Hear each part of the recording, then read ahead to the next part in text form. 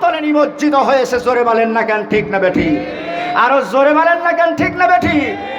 আমার আল্লাহ রাব্বুল আলামিন বলেন, ইউরিদুনা লিইউতফিউ নূরাল্লাহি বিআফওয়াহিহিম ওয়াল্লাহু মুতিম্মু নূরিহি ওয়ালাউ কারিহাল কাফিরুন।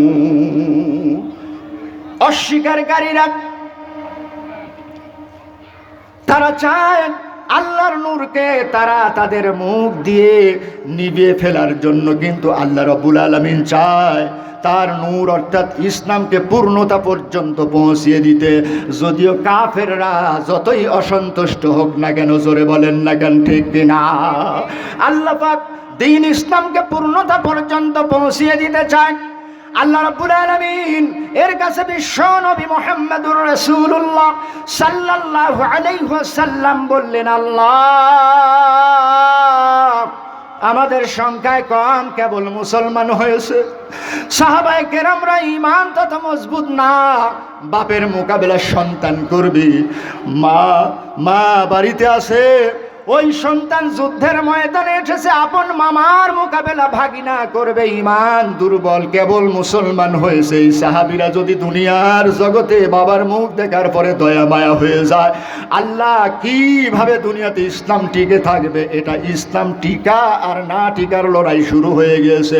এই ময়দানে যদি একবার কালিমার পতাকা পদদলিত হয়ে যায়, তাহলে এই ইসলাম চিরতরে মিটিয়ে ফেলে দেওয়ার ষড়যন্ত্র তারা করে ফেলবে। জোরে কন্যা কেন ঠিক কিনা? আমার ভাইরা, আল্লাহর রাসূল তিনি দুনিয়ার জগতে যদি লোভী হতেন, টাঙ্গাইলের লতিফ সিদ্দিকী বলেছে, মুহাম্মদ সাল্লাল্লাহু আলাইহি ওয়াসাল্লাম ব্যবসার নামে, হজের নামে ব্যবসা শুরু করেছে। মা আয়েশা সিদ্দিকা রাদিয়াল্লাহু তাআলা আনহাকে তারা অসৎ চরিত্র বলে গালি দিয়েছে। আল্লাহর রাসূল তিনি দুনিয়ার জগতে ব্যবসার জন্য হজ প্রতিষ্ঠা করে নাই। অগাধ সম্পদের মালিক বিশ্বনবী খাদিজা রাদিয়াল্লাহু তাআলা আনহার কাছ থেকে হওয়ার পরেও আল্লাহর রাসূল যখন বদরের রণপ্রান্তরে যাচ্ছিলেন, তখন একটা উটের উপরে 3 জন করে সাহাবীরা উঠেছে। আর কাফেররা বদরে যখন গিয়েছে, একদিনেই তারা 10টা উট জবাই করে খেয়েছে। মুসলমানদের উটের সংখ্যা ছিল মাত্র 70টা। জোরে বলেন কয়টা? সাহাবাদের সংখ্যা 313 জন। একজন একটা উটের উপরে 3 জন করে আরোহণ করেছে। এই হাদিসটা হযরত আব্দুল্লাহ ইবনে মাসউদ রাদিয়াল্লাহু তাআলা আনহু হতে বর্ণিত, হযরত আবী হুরায়রা রাদিয়াল্লাহু তাআলা আনহু হতে বর্ণিত।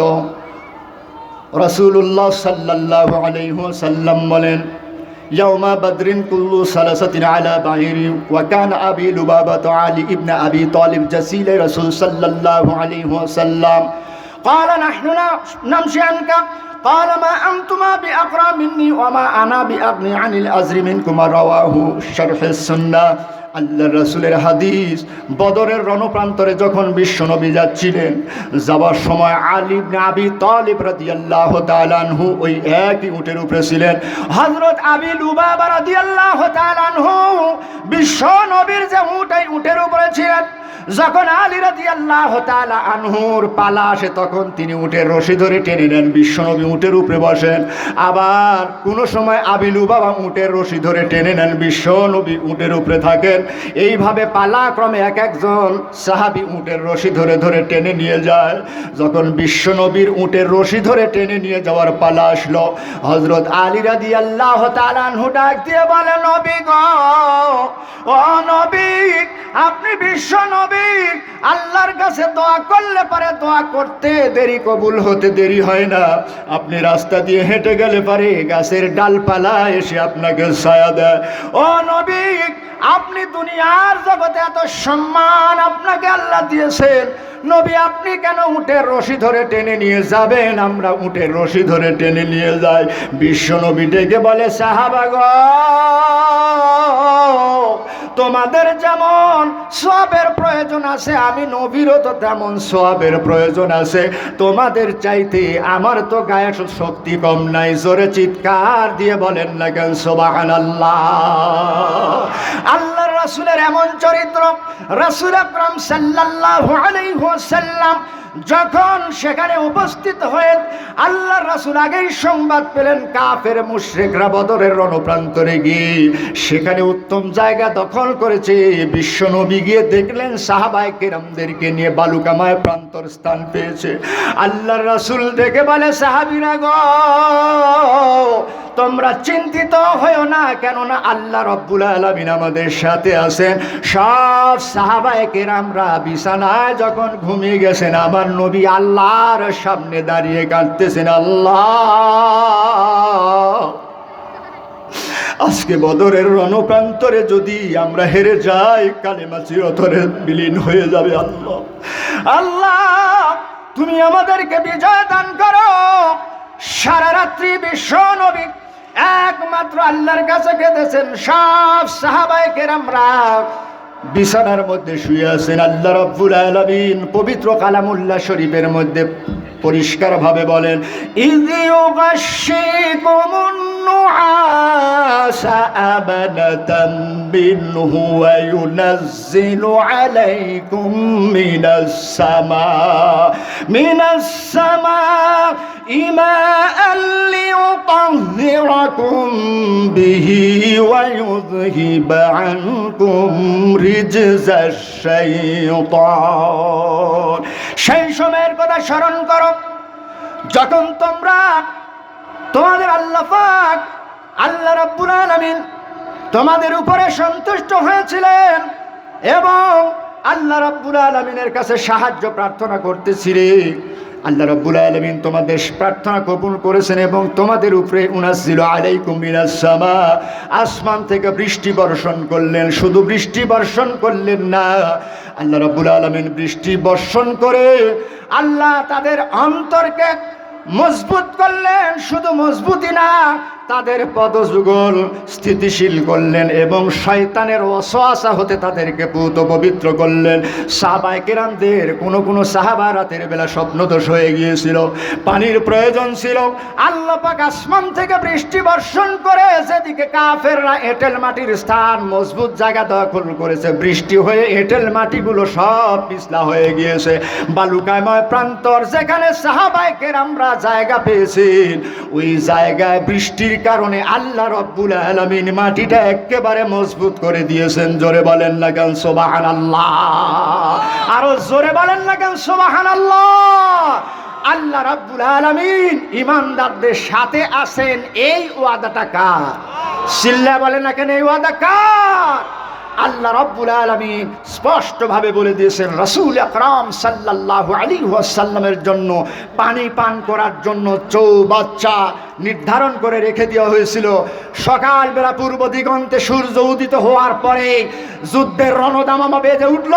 সেই রণদামামা আপন সন্তানের মোকাবেলা করবে বাবা, আপন মামার মোকাবেলা করবে ভাগিনা। কাফেররা দৌড় দিয়ে এসে বিশ্বনবীর যে চৌবাচ্চা সেখান থেকে পানি তুলে পান করছে আর বলছে, মুসলমানরা ঠেকাতে পারলে না, তোমাদের নবীর চৌবাচ্চা থেকে আমরা পানি তুলে পান করতেছি। সাহাবী দাঁড়িয়েছে উলঙ্গ তরবারি নিয়ে, আল্লাহ নবী হাত তুললেন, দাঁড়াও।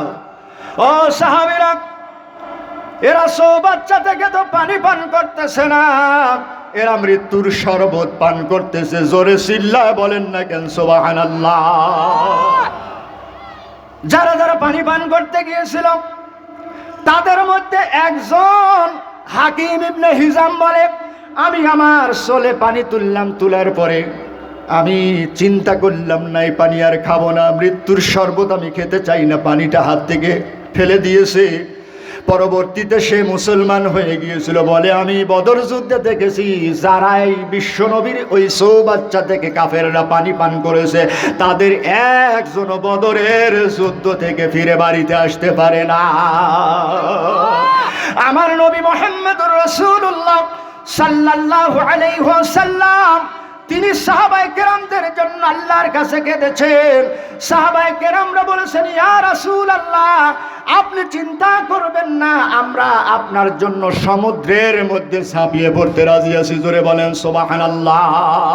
আন আবি হুরায়রা রাদিয়াল্লাহু তাআলা আনহু قال قال رسول الله صلى الله عليه وسلم الشهيد لا يجد ألم القتل إلا كما يجد ألم القرصة رواه الترمذي।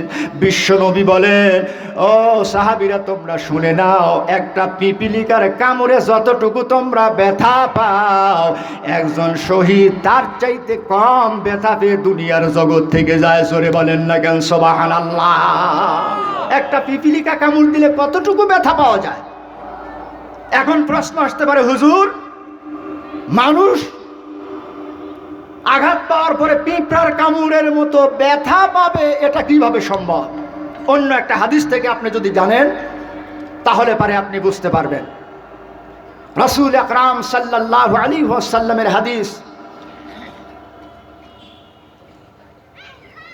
আল্লাহর রাসূলের প্রিয় সাহাবী উকবা ইবনে আমির রাদিয়াল্লাহু তাআলা আনহু হতে বর্ণিত, للشهيد عند البيت ست خصال يغفر له في أول وقعة يرايا مقعده من الجنة يوزر على رأس تاج الوقر الياقوته منهما خير من الدنيا وما فيها ويزوجه 76 زوجة من الحور।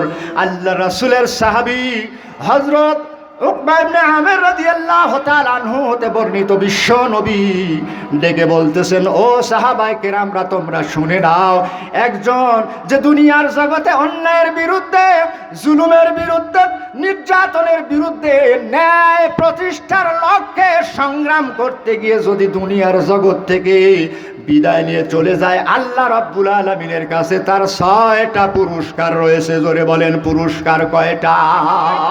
জোরে বলেন কয়টা? 6টা পুরস্কার রয়েছে। তার মধ্যে 1 নম্বর পুরস্কার হলো, যে ব্যক্তি দুনিয়ার জগতে হকের পক্ষে সংগ্রাম করতে গিয়ে তার শরীর থেকে রক্ত জমিনে পড়ল, রক্তের ফোঁটা মাটি স্পর্শ করতে করতে আমার নবী ডেকে বলেন, আল্লাহ পাক তার পিছনের সব গুনাহগুলো মাফ করে দেন। জোরে বলেন সুবহানাল্লাহ। শুধু তাই না, আল্লাহ পাক ফেরেশতা পাঠান, ফেরেশতা গো আমার বান্দাকে দুনিয়ার জগতে ওই যে আমার দুশমনরা আঘাত করে রক্তাক্ত করে ফেলে দিয়েছে, তাড়াতাড়ি যাও আমার জান্নাতটা তার সামনে তুলে ধরো। জান্নাতের নাজ নিয়ামত দেখলে পারে সে আর দুনিয়ার কষ্ট বুঝতে পারবে না। আল্লাহ রাব্বুল আলামিনের ফেরেশতা এসে তার সামনে জান্নাতটা তুলে ধরে। জান্নাতের নাজ নিয়ামত দেখতে দেখতে ওই ব্যক্তি হাসতে হাসতে জান্নাতে যাক। ইন্নাল্লাযীনা আমানু ওয়া আমিলুস সালিহাতি কানাত লাহুম জান্নাতুল ফিরদাউসি নুজুলা। নিশ্চয়ই যারা ঈমান এনেছে, নেক আমল করেছে, আল্লাহ রাব্বুল আলামিন ডেকে বলতেছেন তাদের মেহমানদারির জন্য জান্নাতুল ফেরদাউস আছে। জোরে বলেন না কেন সুবহানাল্লাহ।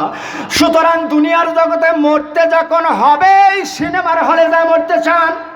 জোরে বলেন সিনেমার হলে মরতে চান? প্রাণ পাখি উড়ে যাবে পিঞ্জর সেরে, ধরা ধামের সবই রবে তুমি যাবে চলে। বন্ধু বান্ধব যত মাতা পিতা তারা সুত, বন্ধু বান্ধব যত মাতা পিতা তারা সুত, সকলেই হবে তোমার পর। রে মন আমার কেন বান্ধ দালান ঘর, রে মন আমার কেন বান্ধ দালান ঘর। একদিন মাটির ভিতরে হবে ঘর, রে মন আমার কেন বান্ধ দালান ঘর। জোরে চিল্লায় বলেন না কেন ঠিক না? এই দুনিয়া ছেড়ে একদিন যেতেই হবে। এই জন্য আমরা দুনিয়ার জগতে অন্যায়ের পক্ষে থেকে জীবন দিতে রাজি নাই, আমরা ন্যায়ের পক্ষে থেকে আবু সাইদের মতো জীবন দিতে রাজি আছি। যারা জোরে বলেন কে কে রাজি আছেন হাত তুলে দেখা। লিল্লাহে তাকবীর। আল্লাহ পাক যেন আমাদের বাংলাদেশের এই সার্বভৌমত্ব রক্ষা করার তৌফিক দান করেন। জোরে বলেন আমিন। আরো জোরে বলেন আমিন। আমার বন্ধুগণ, যারা দুনিয়ার জগতে অন্যায়ের বিপক্ষে সংগ্রাম করে জীবন দিবে, আল্লাহ পাক তাদের সামনে জান্নাত তুলে ধরেন। সুবহানাল্লাহ, জোরে কর। শুধু তাই না, আল্লাহ রাব্বুল আলামিনের হাবিব বলেন, বিরক্ত হচ্ছেন? বিরক্ত হচ্ছেন? যতক্ষণ চলবে শুনতে রাজি আছেন? কে কে রাজি নাই হাত তুল।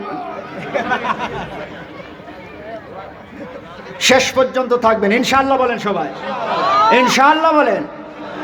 আমার ভাইয়েরা, আমি যে কথা বলতেছিলাম, আল্লাহর নবী বলতেছেন, এরপরে যে ব্যক্তি দ্বীনের জন্য জীবন দিবে, সে ব্যক্তির জন্য আল্লাহ পাক কবরের আযাব একেবারে মুক্ত করে দিবেন, তার জন্য হারাম করে দিবেন। জোরে বলেন সুবহানাল্লাহ। কবরের জগতে যাবার পরে ওই ব্যক্তি আরাম আয়েশের সাথে, জান্নাতের সাথে তার কবরের সংযোগ করে দেওয়া হবে। শুধু তাই না, কিয়ামতের ময়দানে মুসিবতের সময় যখন ভাই ভাইকে চিনবে না, মা সন্তানকে চিনবে না, ওই মহা বিপদের দিনে আল্লাহ রাব্বুল আলামিন বলে, যে ব্যক্তি ন্যায়ের পক্ষে থেকে দুনিয়াতে সংগ্রাম করে জীবন দিয়েছে, আল্লাহ রাব্বুল আলামিন কিয়ামতের ভয় ভীতি থেকে তাকে নিরাপত্তা দান করবেন। সুবহানাল্লাহ। আল্লাহর নবী এই হাদিসে বলেন, ওই ব্যক্তিকে কিয়ামতের ময়দানে এমন মুকুট পরানো হবে, ওই ইয়াকুতের মুকুট, যার একটা ইয়াকুত দুনিয়ার জগতে যদি প্রকাশ করা হতো, দুনিয়ার সমুদায় সম্পদের চাইতে ওই ইয়াকুতের দামটা বেশি হয়ে যেত। জোরে কোন সুবহানাল্লাহ। শুধু তাই না, কিয়ামতের দিন আল্লাহ রাব্বুল আলামিন ওই শহীদের উপরে সন্তুষ্ট হয়ে যাবেন আর ডেকে বলবেন, ও আমার বান্দা, আমি আল্লাহ রাব্বুল আলামিন তোমার উপরে সন্তুষ্ট হয়ে গিয়েছি। আল্লাহ পাক সুবহানাহু ওয়া তাআলা তার জন্য 72 জন হুরের ব্যবস্থা করবেন। কিয়ামতের ময়দানে আল্লাহ পাক ডেকে বলবেন, ও আমার বান্দা, তুমি শুনে নাও, আমি আল্লাহ পাক অর্ডার দিয়ে দিলাম, তোমার আত্মীয় স্বজনদের মধ্য থেকে বেছে বেছে তুমি 70 জনকে মুক্তির ব্যবস্থা করে নিয়ে তুমি জান্নাতে চলে যাও। আমি তোমাকে অনুমতি দিলাম সুপারিশ করার। জোরে কোন সুবহানাল্লাহ। কয়জনকে জান্নাতে নিতে পারবে?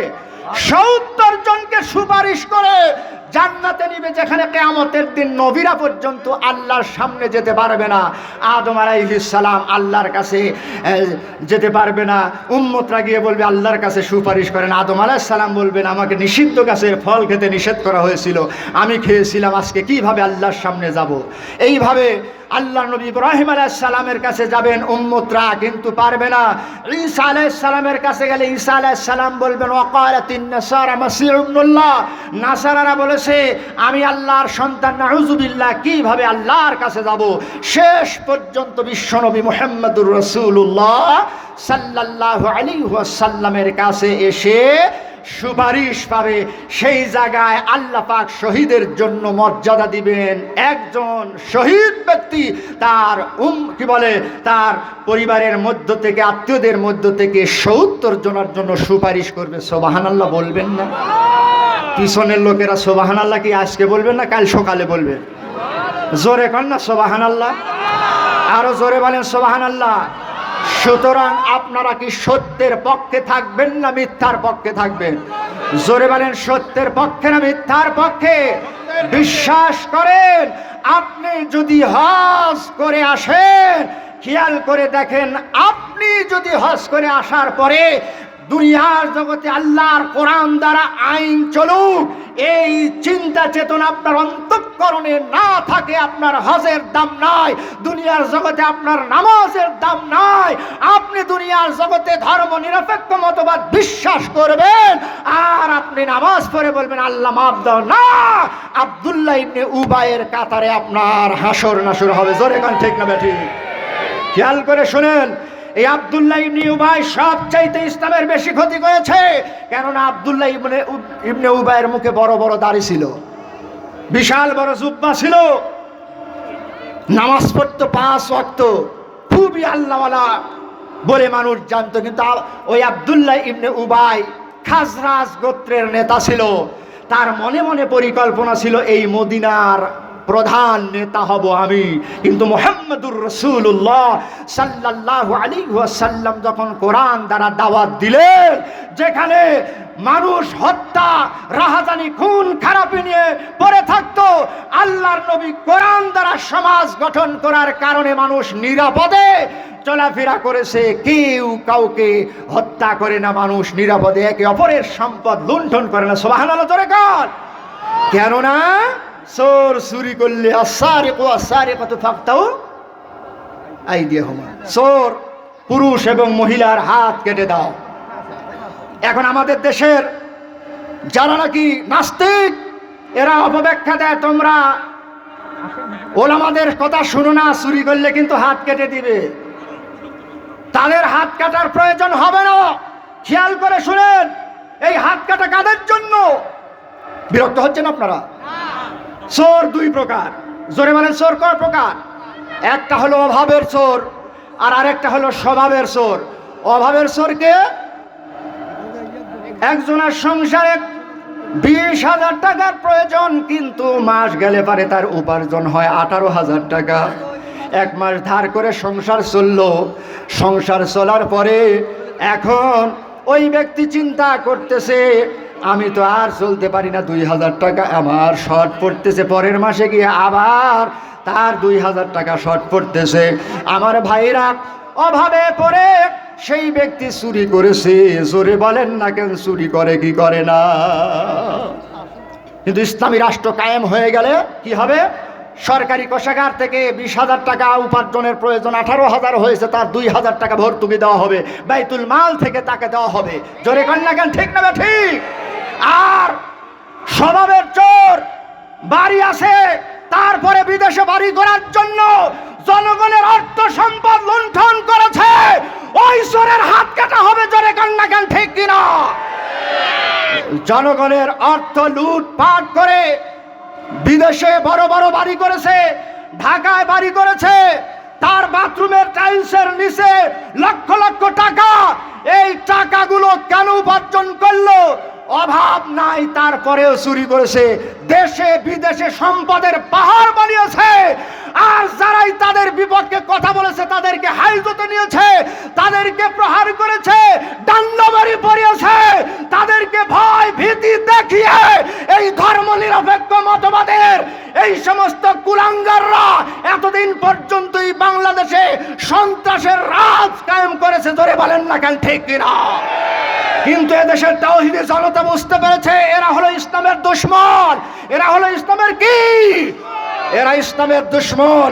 আব্দুল্লাহ ইবনে উবাই যেমন নামধারী একজন মুসলমান ছিল, এই ধর্ম নিরপেক্ষ মতবাদ যারা কায়েম করে মুসলমানদের রক্ত চুষে খেয়েছে এবং যারাই তাদের বিরোধিতা করেছে তাদের জেল জরিমানা এবং আয়না ঘরে নিয়ে নির্যাতন করেছে, এরা মানবতার বন্ধু হতে পারে? আরো জোরে বলেন, পারে? এরা আবার আমাদেরকে বলে চোর, এরা আবার আমাদেরকে বলে বদমাইশ, মৌলবাদী, সন্ত্রাসী।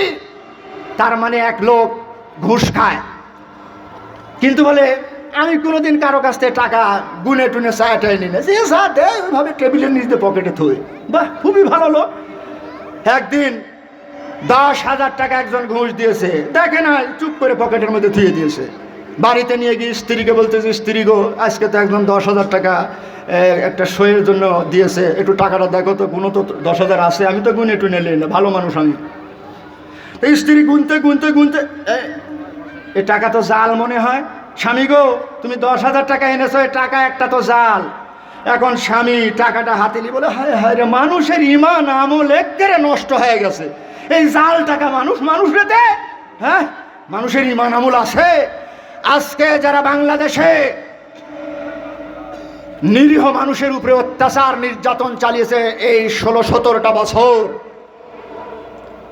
আমার মসজিদে গিয়ে আমাকে চায়ের দোকানে বলতেছে প্রশাসনের লোক, আপনার একটা ছবি দরকার। কেরে, আমি কি চোর? আমার ছবি লাগবে?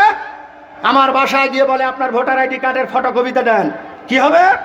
বলে উপর থেকে নির্দেশ দেওয়া হয়েছে। কেরে, আমার ভোটারের ফটোকপি কি হবে? আপনি বিবাহ করেছেন কোথায়? ওই সিংড়া, ওই গ্রামের মধ্যে। আপনার শ্বশুরের কয়টা ছেলে মেয়ে? আমি বললাম আমার শ্বশুরের তো ছেলে নাই, 4টা মেয়ে আছে। তা আপনার ওই শালির বিয়ে হয়েছে কোথায়? যে কি বলে অন্য অন্য আপনার স্ত্রীর বোনের বিয়ে হয়েছে কোথায়? ওগুলা দিয়ে কি মানে? তার মানে আমি যদি এই ধর্ম নিরপেক্ষ মতবাদের বিপক্ষে, এই সন্ত্রাসীদের বিপক্ষে কথা বলি, বলার পরে আমার বিরুদ্ধে মামলা হলে কোন ভাইয়ের বাড়ি যা পালাবো, সেখান থেকে আমাকে গ্রেপ্তার করে এসে আমাকে ডান্ডা বেরি পরিয়ে আয়না ঘরে নিয়ে শিক্ষা দিবে। আর কি অন্যায়ের বিরুদ্ধে কথা বলবি? এই শিক্ষায় দেওয়ার জন্য আমাকে আগেই সতর্ক করছে। জোরে বলেন না কেন? ঠিক না বেঠিক? কিন্তু একথা বিশ্বাস করে মুসলমানরা, দুনিয়ার জগতে সংখ্যাগরিষ্ঠ মুসলমানের দেশে নির্যাতন জুলুম করে মুসলমানদের ঠেকিয়ে রাখা যাবে না। যেমন ভাবে আবু সাইদ এই দেশের সার্বভৌমত্ব রক্ষার জন্য জীবন দিয়েছে, এমন আবু সাইদ ঘরে ঘরে আছে। বাংলাদেশ নিয়ে যদি কেউ ষড়যন্ত্র করে, সেই ষড়যন্ত্রের মোকাবেলা করার জন্য, বুকের তাজা রক্ত বিলিয়ে দেওয়ার জন্য কে কে রাজি আছেন? হাত তুলে দেখান।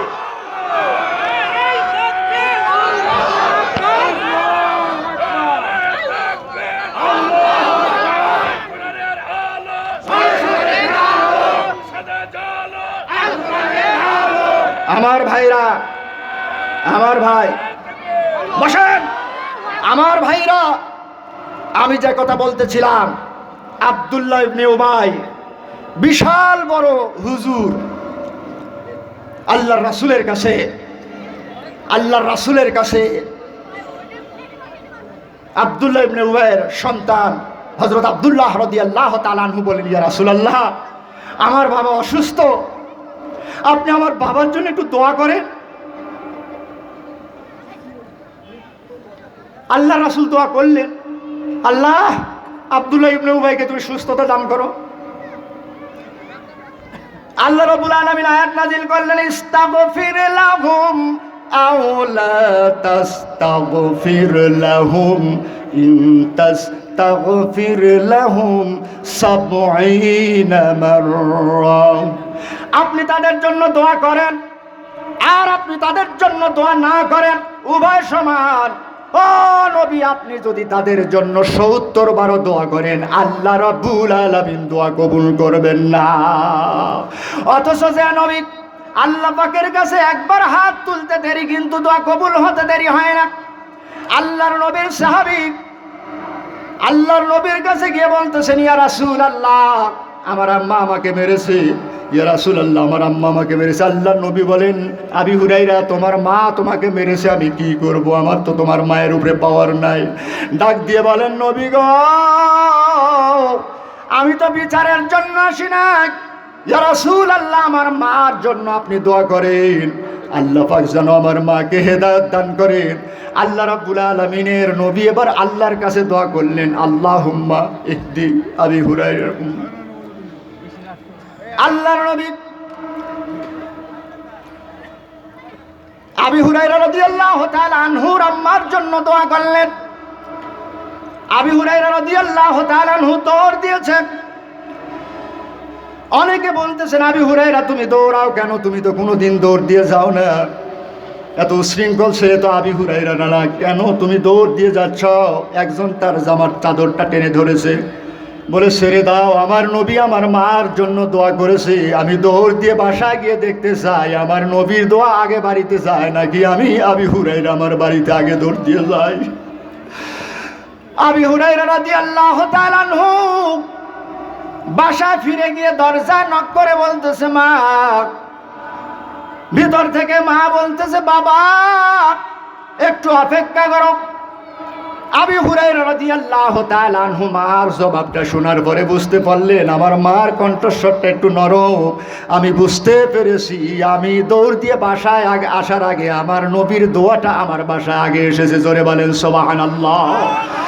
ঘরের ভিতরে প্রবেশ করার পরে হযরত আবি হুরায়রা রাদিয়াল্লাহু তাআলা আনহুর মার চোখের দিকে খেয়াল করলেন, চোখ থেকে দর দর দর দর করে পানি পড়ছে। গোসল করেছেন, গোসল করার পরে বিশ্ব নবীর কাছে গেলেন। যাওয়ার পরে বলেন, সন্তানের ব্যাপারে বলেছে, সন্তানকে বলেছে, বাবা তুমি তো ভালো মানুষের কাছে গিয়েছো, বিশ্ব নবী মুহাম্মদুর রাসূলুল্লাহ সাল্লাল্লাহু আলাইহি ওয়াসাল্লামের মতো এত ভালো মানুষ আকাশের নিচে জমিনের উপরে আর নাই। আল্লাহ রাব্বুল আলামিন এত ভালো মানুষকে দুনিয়াতে পাঠিয়েছেন, তুমি তার কাছে গিয়েছো, আমাকে নিয়ে চলো, আমি কালেমা পড়ে মুসলমান হয়ে যাব। আল্লাহর নবীর প্রিয় সাহাবী হযরত আবু হুরায়রা রাদিয়াল্লাহু তাআলা আনহুর মা বিশ্ব নবীর কাছে গিয়ে কালেমা পড়ে ঈমানের মুসলমান হয়েছে। জোরে বলেন সুবহানাল্লাহ। আমার নবী দুনিয়ার জগতে আল্লাহর কাছে হাত তুললে পারে দোয়া কবুল হয়ে যায়। সেই নবীর ক্ষতি কেমনে করবে? আল্লাহ পাক তো নবীর জীবনের ব্যাপারে গ্যারান্টি দিয়েছেন, লাকাদ জাআকুম রাসূলুম মিন আনফুসিকুম আজিজুন আলাইহি মা আনিতুম হারিসুন আলাইকুম বিল মুমিনিনা রাউফুর রহিম। তোমাদের মধ্যে হতে তোমাদের নিকটে এমন একজন রাসূল প্রেরিত হয়েছে যার কাছে তোমাদের ক্ষতিকর বিষয়গুলা একেবারে দুর্বল মনে হয়। সুবহানাল্লাহ। আরো জোরে বলেন সুবহানাল্লাহ। আমার ভাইরা, বদরের রণপ্রান্তরে উপস্থিত হওয়ার পরে আল্লাহর রাসূল সাল্লাল্লাহু আলাইহি সাল্লাম একটা তরবারি বের করে উঁচা করে ধরলেন। কে আসো সাহাবীরা, আজ হক এবং বাতিলের মধ্যে রক্তক্ষয়ী সংঘর্ষে এই তরবারির হক আদায় করবে। সাহাবায়ে কেরামরা একজন আরেকজনের দিকে তাকায়, হক কাকে বলে, হক কাকে বলে বুঝলাম না, কি হক? আল্লাহর নবী ডেকে বলেন, এই তরবারি দিয়ে এত ইসলাম বিদ্বেষী যারা নাকি দুনিয়াতে অশান্তি সৃষ্টি করতে চায়, মানুষ হত্যা করতে চায়, যারা মানুষের সম্পদ আত্মসাৎ করে দুনিয়ার জগতে ধর্ষণ লুটতরাজে লিপ্ত হয়ে গিয়েছে, এদের সাথে মোকাবেলা করতে গিয়ে এত পরিমাণ নিধন করবে যেন তরবারিটা উল্টা দিকে বাঁকা হয়ে যায়। জোরে বলেন সুবহানাল্লাহ। হযরত আবু দুজানা রাদিয়াল্লাহু তাআলা আনহু ওই বসেছিলেন, সেখান থেকে উঠে বিশ্ব নবীর কাছে আসলেন। আসার পরে তরবারিটা নিয়ে এমন ভাবে হেঁটে গেলেন, আল্লাহর নবী বলেন, সাহাবীরা গো, আবু দুজানা যেভাবে হেঁটে এসেছে আর তরবারি নিয়ে যেভাবে সেখানে গিয়ে বসেছে, ওইভাবে যদি এই যুদ্ধের জন্য সারা অন্য কোনো জায়গায় এইভাবে হাঁটতো, আমি নবী বলে দিতাম আবু দুজানা অহংকার করেছে। দুনিয়ার জগতে আল্লাহ পাক অহংকারকারীকে পছন্দ করে না। ওয়ালা তামশি ফিল আরদি মারহা, খবরদার জমিনের উপরে অহংকার ভরে চলাফেরা করো না। ইন্নাল্লাহা লা ইউহিব্বু কুল্লা মুখতালিন ফাখুর, আল্লাহ রাব্বুল আলামিন কোনো গর্বকারীকে এবং অহংকারকারীকে পছন্দ করেন না। জোরে বলেন না কেন, ঠিক কিনা? আমার ভাইয়েরা, আবু দুজানা রাদিয়াল্লাহু তাআলা আনহু সেখানে গিয়ে বসে গেলেন। হযরত আবু উবাইদা রাদিয়াল্লাহু তাআলা আনহু বদরের রণপ্রান্তরে যুদ্ধ করতে করতে গিয়ে দেখে আমি তরবারি তুললাম, আমার আপন বাবা তরবারির নিচে পড়েছে, তরবারিটা ফিরিয়ে আবার অন্য জায়গায় গিয়ে যুদ্ধ করতেছে। কাফেররা ডেকে বলে, আবু উবাইদার পিতা আমাদেরকে মেরে শেষ করলো, তোমার সন্তানের কাছে গিয়ে দাঁড়াও। আবার আবু দুজানার পিতা হযরত আবু উবাইদার পিতা গিয়ে আবু উবাইদার সামনে দাঁড়িয়েছে, তরবারি তুলেছে, মারবে। এবার দেখে আমার আপন পিতা, যে পিতার কোলে চড়ে আমি মানুষ হয়েছি, আদর করেছে, ভালোবেসেছে, ওই বাবাকে আমি কেমনে তরবারি মারবো? তরবারিটা ফিরিয়ে আবার অন্য জায়গায় গিয়ে তরবারি যদি যুদ্ধ করে, তরবারি তুলে এবার মারবে, মনে মনে চিন্তা করে, আমি বারবার যদি আমার বাবাকে ছেড়ে দেই, আর বাবাকে ছেড়ে দেওয়ার কারণে আজকে মুসলমানরা যদি পরাজিত হয়ে যায়, কিয়ামতের ময়দানে আল্লাহ যদি ডেকে বলে, ও আবু উবাইদা, তোর বাবা বেশি প্রিয় ছিল না ইসলাম বেশি প্রিয় ছিল, তোর বাবা বেশি প্রিয় ছিল না মুহাম্মদ সাল্লাল্লাহু আলাইহি ওয়াসাল্লাম বেশি প্রিয় ছিল, এই কথা যদি জিজ্ঞাসা করে কি জবাব দিব গো? এবার এবার যদি আমার বাবা আমার তরবারির সামনে পড়ে যায়, আমি উবাইদার তরবারি থেকে আমার পিতা বাঁচতে পারবে না। তরবারি তুলে মারবে দেখে আমার পিতা শরীরে যতটুকু শক্তি তার ছিল সমস্ত শক্তি একত্রিত করে ওই তরবারিটা আবু উবাইদা রাদিয়াল্লাহু তাআলা আনহু আপন পিতার মাথার উপরে মেরেছে। তার মাথা থেকে পা পর্যন্ত দুই খণ্ড হয়ে পিতা দুই দিকে পড়ে গেল। আমার আল্লাহ রাব্বুল আলামিন আবু উবাইদা সম্পর্কে কোরআনুল কারীমের মধ্যে বিশ্ব নবীর উপরে আয়াত নাজিল করলেন, লা তাজিদু কওমান ইউমিনুনা বিল্লাহি ওয়াল ইয়াউমিল আখির। জোরে বলেন কোথাকার, আরো জোরে বলেন কোথাকার। আল্লাহ রাব্বুল আলামিন বলেন, যারা আল্লাহ এবং কিয়ামত দিবসকে বিশ্বাস করে আপনি তাদেরকে দেখবেন না। যারা তাদের সাথে বন্ধুত্ব করবে, যারা আল্লাহ তার রাসূলের দুশমনি করে তাদের সাথে বন্ধুত্ব করতে দেখবেন না, যদিও তারা তাদের পিতা হোক, তাদের মাতা হোক, তাদের ভাই হোক অথবা নিকট আত্মীয় স্বজন হোক না কেন।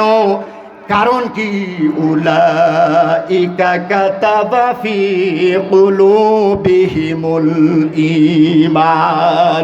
আল্লাহ রাব্বুল আলামিন তাদের অন্তরকে ঈমান দ্বারা মজবুত করে দিয়েছেন। জোরে বলেন সুবহানাল্লাহ। ঈমানের দাবি যদি কুরবানি হয়, সে দাবি পূরণে আমি তৈরি থাকি যেন। ওগো দয়াময় আমার প্রভু দয়াময়,